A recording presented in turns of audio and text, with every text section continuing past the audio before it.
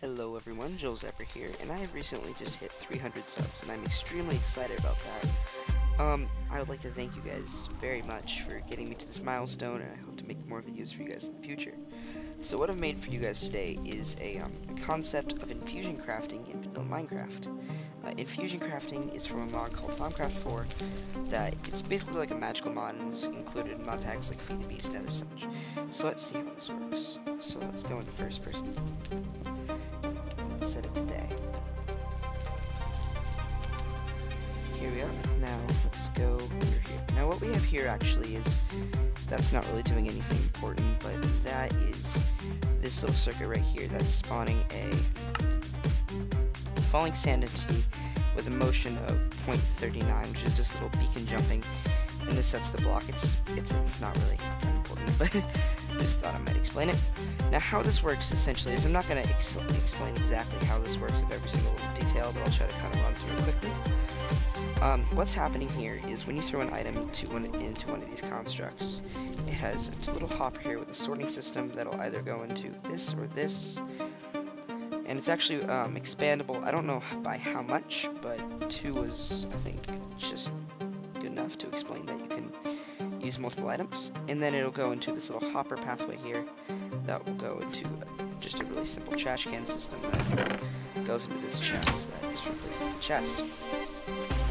What happens next here is, assuming it did threw in that item corresponding to that, it would set your scoreboard for Infusion 2, because this is the second construct, to 1, which means you're using the first item in it, or if you're doing the second one, it's to 2, and so on. It also has a little pop sound effect when you throw them in. Now down here is how it's summoning those little items. It's summoning the item ID, and it's also summoning it count to 0, which makes it so the player cannot pick them up. So for example, if I were to throw a diamond down on here,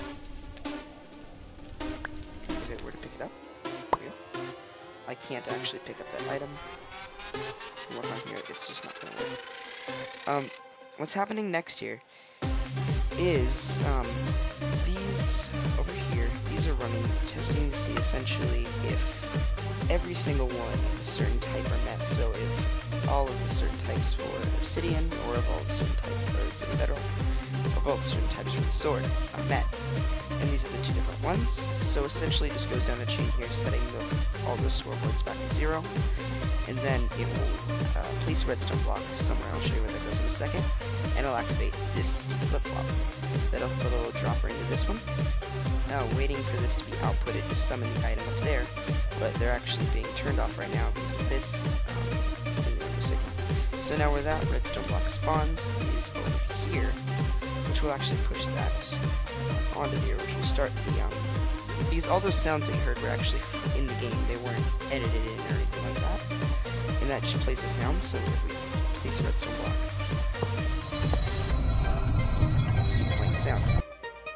Now this is the redstone sound, and then this is the actual,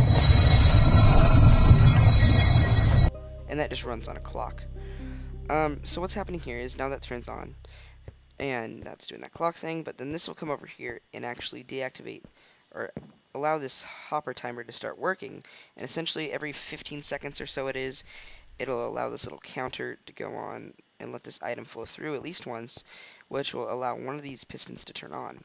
And now that will start summoning thrown ender pearls at one of these constructs, which create that little ender effect.